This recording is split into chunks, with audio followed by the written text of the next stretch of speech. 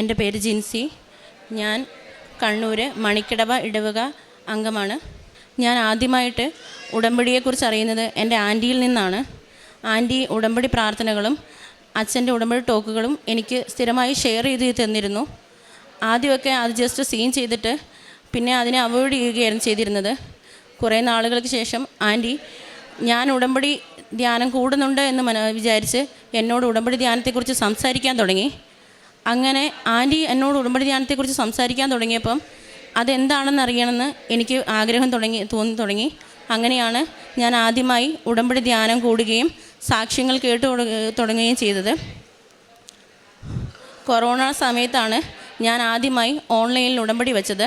ആ സമയത്ത് ഞങ്ങൾക്ക് വീട് ഉണ്ട്, പക്ഷേ ഞങ്ങൾ വീട്ടിലേക്ക് പോകാൻ വഴി ഉണ്ടായിരുന്നില്ല. അപ്പം കുഞ്ഞു കുട്ടികളുള്ള എനിക്ക് 2 മക്കളുണ്ട്. അപ്പോൾ അവർക്ക് മിക്കപ്പോഴും രാത്രി സമയങ്ങളിലാണ് അസുഖങ്ങളൊക്കെ ഉണ്ടാവുക.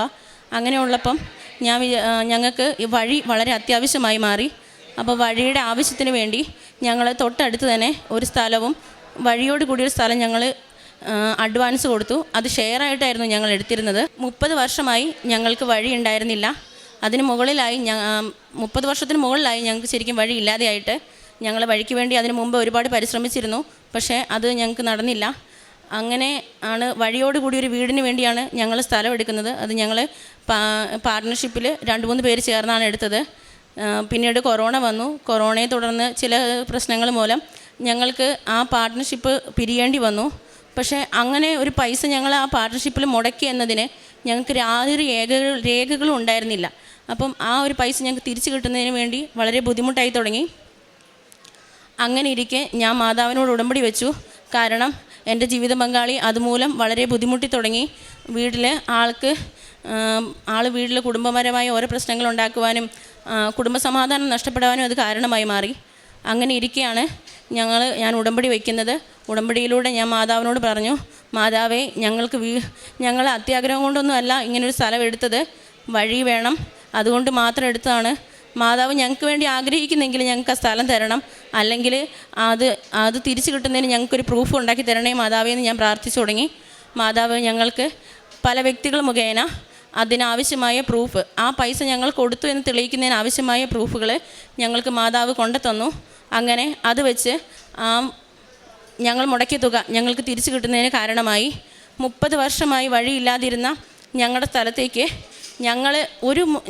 ഞങ്ങളായിട്ടൊരു പ്രവൃത്തിയും ചെയ്യാതെ തന്നെ ഞങ്ങളുടെ ഇടവകയിലെ വികാരിയച്ഛൻ മുഖേന മാതാവ് പ്രവർത്തിക്കുകയും ഉടമ്പടി എടുത്ത് 1 വർഷത്തിനുള്ളിൽ ഞങ്ങളുടെ വീട്ടിലേക്ക്, ഞങ്ങളിപ്പോൾ താമസിക്കുന്ന വീട്ടിലേക്ക് വഴിയാക്കി തരികയും ചെയ്തു. മാതാവിന് സ്തോത്രം.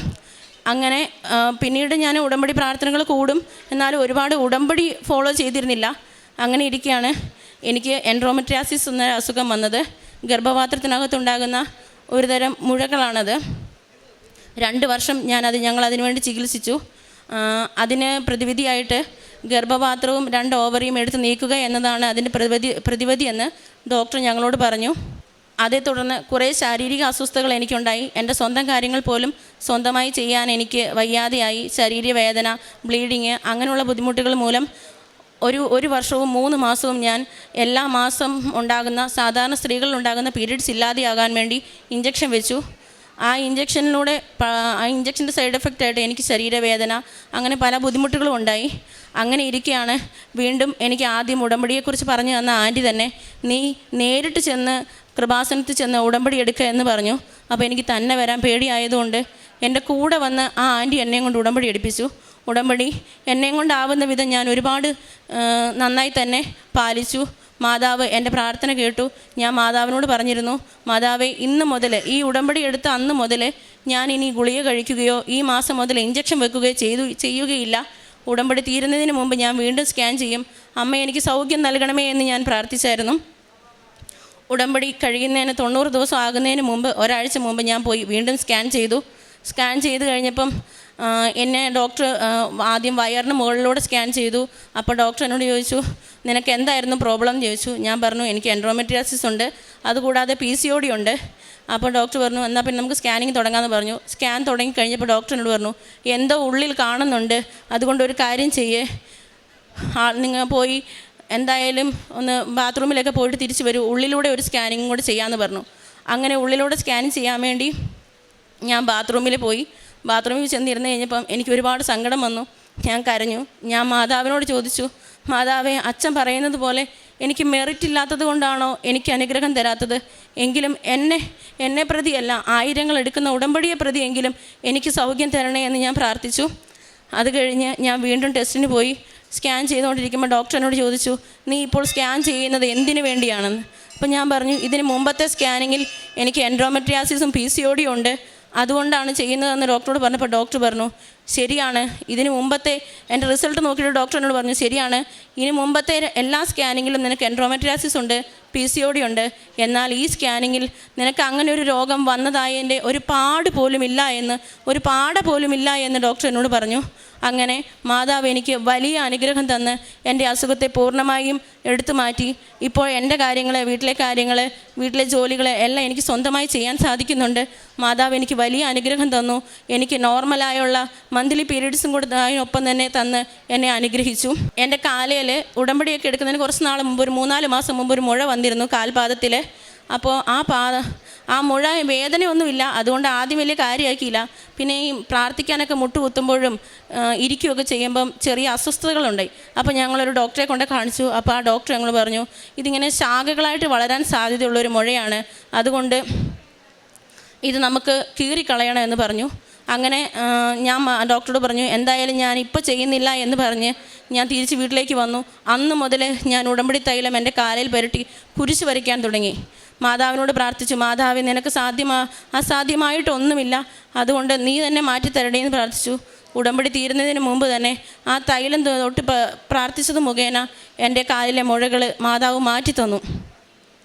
വർഷങ്ങളായിട്ടുള്ള ഒരു ഷോൾഡർ പെയിൻ ഉണ്ടായിരുന്നു എൻ്റെ ഭർത്താവിന്.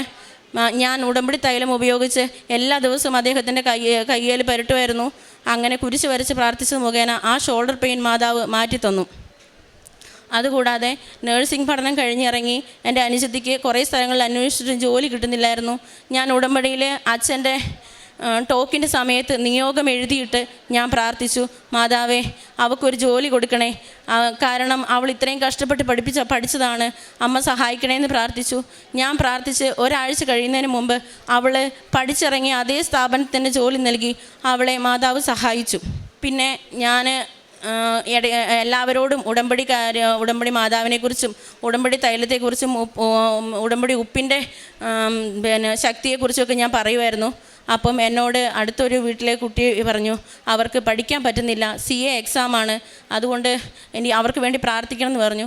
ഞാൻ ഇവിടുന്ന് വാങ്ങിക്കൊണ്ട് പോയ മാതാവിൻ്റെ കാശ് രൂപവും ഉപ്പും കൊടുത്ത് അവർക്ക് വേണ്ടി പ്രാർത്ഥിച്ചു. CAയിൽ നല്ല മാർക്കോടെ ആ കുട്ടി പാസ്സായി.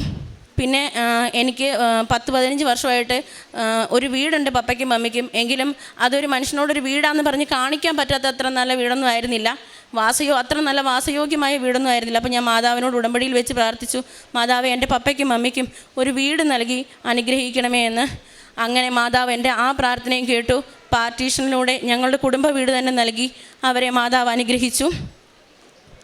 പിന്നെ ഞാൻ പ്രേക്ഷിത പ്രവർത്തനമായിട്ട് മിക്ക മാസങ്ങളിലും ഞങ്ങളുടെ അവിടുന്ന് വണ്ടി വരുന്നുണ്ട്. ആ വണ്ടിയിൽ പൈസ കൊടുത്തു വിട്ട് പത്രം വാങ്ങി മറ്റുള്ളവർക്ക് വിതരണം ചെയ്യുമായിരുന്നു. ഞാൻ പത്രം വാങ്ങി കൊടുക്കുമ്പം ഞാൻ പറയുമായിരുന്നു, ഈ പത്രം വായിച്ച് മാതാവിനോട് പ്രാർത്ഥിച്ചോളൂ, മാതാവ് നിങ്ങളുടെ ആവശ്യങ്ങൾ സാധിച്ചു തരുമെന്ന്. ഒരുപാട് പേര് എന്നോട് പറഞ്ഞു, മാതാവ് പത്രം വായിച്ചതും പ്രാർത്ഥിച്ച മുഖേന ഞങ്ങളുടെ എല്ലാ ആവശ്യങ്ങളും സാധിച്ചു കിട്ടിയെന്ന് പറഞ്ഞു തുടങ്ങി.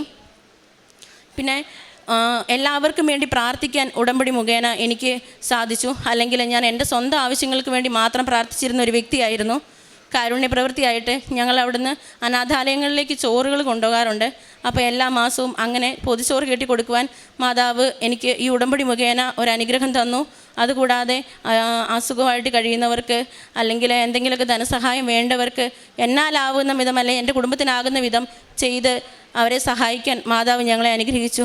ആത്മീയ ജീവിതത്തിൽ ഒരുപാട് വളരുവാനും പ്രാർത്ഥനയിൽ ഒരുപാട് വ്യക്തി പ്രാർത്ഥനകൾ ചെയ്തിരുന്ന ഒരു വ്യക്തിയൊന്നും ആയിരുന്നില്ല ഞാൻ. വ്യക്തി പ്രാർത്ഥനകൾ വർദ്ധിക്കുന്നതിന് ഉടമ്പടി എന്നെ ഒരുപാട് സഹായിച്ചു. മാതാവിനും തിരുക്കുമാരനും 1000 നന്ദി.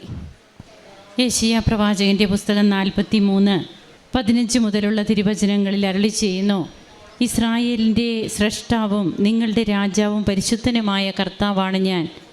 സമുദ്രത്തിൽ വഴിവെട്ടുന്നവനും പെരുവെള്ളത്തിൽ പാതയൊരുക്കുന്നവനുമായ ദൈവത്തിൻ്റെ മഹനീയ പ്രവർത്തികൾ തുടർന്നുള്ള വചനങ്ങളിൽ നമുക്ക് കാണുവാൻ കഴിയും.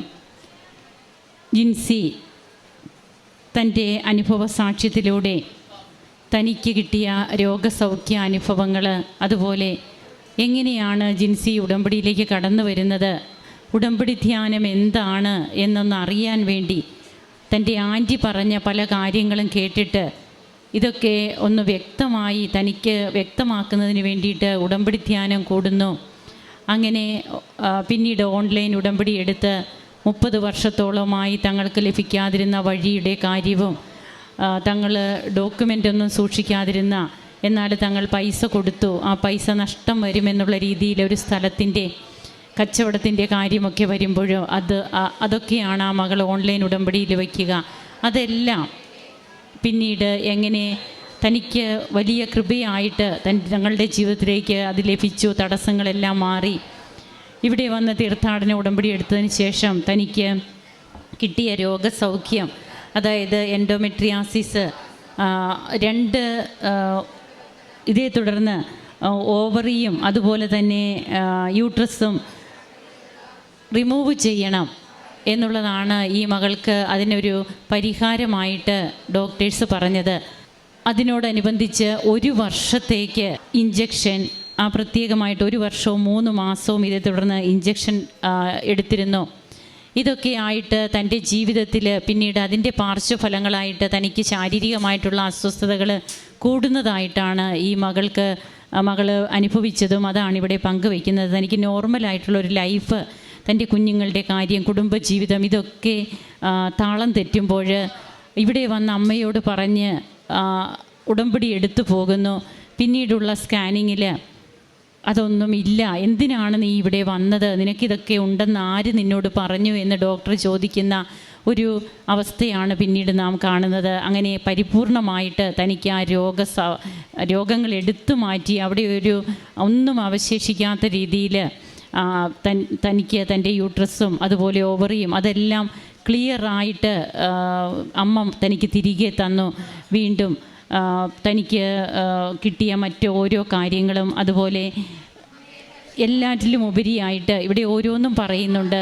വാസയോഗ്യമല്ലാത്ത ഒരു ഭവനം 15 വർഷമായത്, അതിന് എങ്ങനെയാണ് ഉടമ്പടിയിലൂടെ നിയോഗം വെച്ച് കഴിയുമ്പോൾ തൻ്റെ മാതാപിതാക്കൾക്ക് ഒരു നല്ല ഭവനം ലഭിക്കുന്നത്, ഹസ്ബൻഡിൻ്റെ രോഗസൗഖ്യം, എല്ലാറ്റിലും ഉപരിയായി മറ്റുള്ളവർക്ക് വേണ്ടിയിട്ട് എനിക്ക് പ്രാർത്ഥിക്കുവാനായിട്ട് കഴിയുന്നു. ഞാൻ എൻ്റെ കാര്യം മാത്രം ശ്രദ്ധിച്ചിരുന്ന ഒരാളാണ്, എന്നാൽ ഉടമ്പടിയിലൂടെ മറ്റുള്ളവരെ കൂടി കരുതുന്ന ഒരു വ്യക്തിയാകുവാൻ, അത് പ്രാർത്ഥനയിലൂടെയും പ്രവർത്തനത്തിലൂടെയും അങ്ങനെയുള്ള ഒരു മാറ്റം എനിക്ക് സംഭവിച്ചു.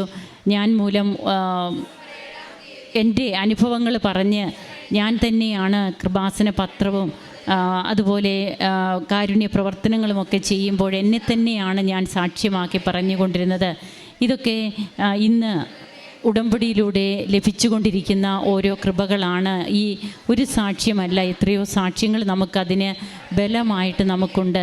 അങ്ങനെ തനിക്കും തൻ്റെ കുടുംബത്തിനും ദൈവം ചൊരിഞ്ഞ കൃപകൾക്ക് നന്ദി പറയുമ്പോൾ പെരുവെള്ളത്തിൽ പാതയൊരുക്കുന്നവനും സമുദ്രത്തിൽ വഴിവെട്ടുന്നവനുമായ ദൈവത്തിൻ്റെ ധീരമായ പ്രവർത്തനങ്ങൾ അതിന്നും തുടരുകയാണ്. ജീവിതം ഒരു പുതിയ വഴിയിലൂടെ ദൈവം നമ്മെ കൊണ്ടുപോകുന്നു. നാം അതിന് തയ്യാറാകുമ്പോൾ ഉടമ്പടി നമ്മെ തീർച്ചയായും ആ ഒരു അവസ്ഥയിലേക്കാണ് കൊണ്ടുപോവുക. അങ്ങനെ തനിക്ക് കിട്ടിയ എല്ലാ നന്മകൾക്കും കുടുംബ സമാധാനത്തിനുമൊക്കെ നന്ദി പറയുന്ന ജിൻസിയോടൊപ്പം നമുക്കും കരങ്ങളടിച്ച് ദൈവത്തെ മഹത്വപ്പെടുത്താം. യേശുവേ നന്ദി, യേശുവേ സ്തുതി, യേശുവേ ആരാധന. അത്യപൂർവ ദൈവാനുഭവങ്ങൾ ഇനി നിങ്ങൾക്കും സ്വന്തം. ഈ യൂട്യൂബ് ചാനൽ ഇതുവരെ സബ്സ്ക്രൈബ് ചെയ്തിട്ടില്ലെങ്കിൽ ഇപ്പോൾ തന്നെ സബ്സ്ക്രൈബ് ചെയ്യുക. ഈ വീഡിയോ ഇപ്പോൾ തന്നെ നിങ്ങളുടെ സുഹൃത്തുക്കൾക്ക് ഷെയർ ചെയ്തുകൊണ്ട് കർത്താവിൻ്റെ പ്രേക്ഷിതരാകുക.